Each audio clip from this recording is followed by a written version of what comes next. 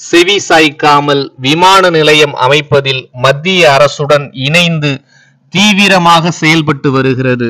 இத்தகைய சூழலில்தான் 910 நாட்களாக போராடி வரும் 13 கிராம மக்களை தமிழக வெற்றி கழக தலைவர் விஜய் பரந்தூரில் இன்று நேரில் சந்திக்க விரைந்தார். அதன்படி பரந்தூருக்கு வந்த விஜய் தொண்டர்கள் மத்தியில் உரையாற்றினார். அப்போது 910 நாட்களாக உங்கள் மண்ணுக்காக நீங்கள் போராடி கொண்டிருக்கிறீர்கள். உங்கள் போராட்டத்தை பற்றி ராகுல் என்ற சிறுவன் பேசியதை கேட்டேன். அந்த பேச்சு என் மனதை ஏதோ செய்து விட்டது. உடனே உங்களை பார்க்க வேண்டும் என தோன்றியது. உங்களுடன் நிற்பேன் என்று சொல்ல தோன்றியது. உங்களை மாதிரி விவசாயிகளின் காலடி மண்ணை தொட்டுத்தான் என்னுடைய பயணத்தை தொடங்க வேண்டும் என்றிருந்தேன். அதற்கு சரியான இடம் இதுதான். என்னுடைய கள அரசியல் பயணம் இங்கிருந்துதான் தொடங்குகிறது. மாநில மாநாட்டில் நம் கட்சியின் கொள்கைகளில் ஒன்றுதான் இயற்கை வள பாதுகாப்பு. இதை ஓட்டு அரசியலுக்காக இங்கு சொல்லவில்லை. அதே மாநாட்டில் பரந்தூரில் 1000க்கும் மேற்பட்ட ஏக்கர் பரப்பளவில் 13 நீர்நிலைகளை அழித்து சென்னையை நிரந்தர வெள்ளக்காடாக்கும் இத்திட்டத்தை ஒன்றிய மாநில அரசுகள் கைவிட வேண்டும் என்று வலியுறுத்தினேன். இதற்கெதிராக சட்ட போராட்டம் நடத்தவும் தயங்க மாட்டேன் என்று கூறியிருந்தேன். அதை இங்கு அழுத்தமாக வலியுறுத்துகிறேன். இந்த பிரச்சனையில் உங்களுடன் உறுதியாக நிற்பேன்.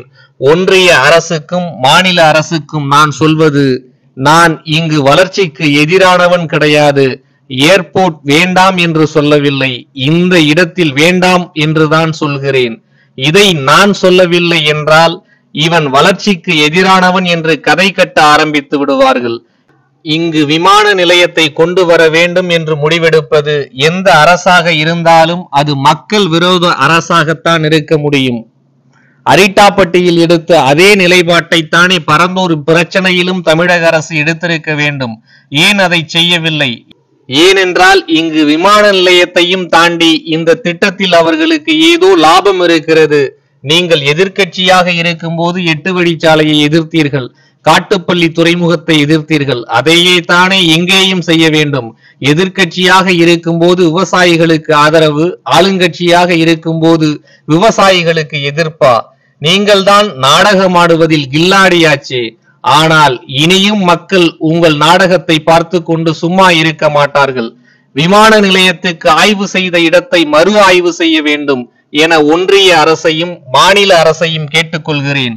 வளர்ச்சிதான் மக்களின் முன்னேற்றம். ஆனால் வளர்ச்சி என்ற பெயரில் ஏற்படும் அழிவு மக்களை அதிகம் பாதிக்கும். உங்கள் ஊர் எல்லையம்மன் மீது நீங்கள் வைத்திருக்கும் நம்பிக்கையை இழந்து விடாதீர்கள். உங்களுக்காகவும் உங்கள் ஊருக்காகவும் நானும் தாவேகா தோழர்களும் சட்டத்துக்கு உட்பட்டு எல்லா வழிகளும் உங்களுடன் உறுதியாக நிற்போம். ஏகனாபுரம் திடலில்தான் உங்களை பார்க்க நினைத்தேன். ஆனால் எனக்கு அனுமதி கிடைக்கவில்லை. ஊருக்குள் வருவதற்கு எனக்கு ஏன் தடை என்று தெரியவில்லை. இப்படித்தான் கொஞ்ச நாட்களுக்கு முன் துண்டு சீட்டு கொடுத்ததற்கு தடை விதித்தார்கள். அதுவும் ஏன் என்று தெரியவில்லை. எனவே உறுதியோடு இருங்கள், நல்லதே நடக்கும் என்று கூறினார்.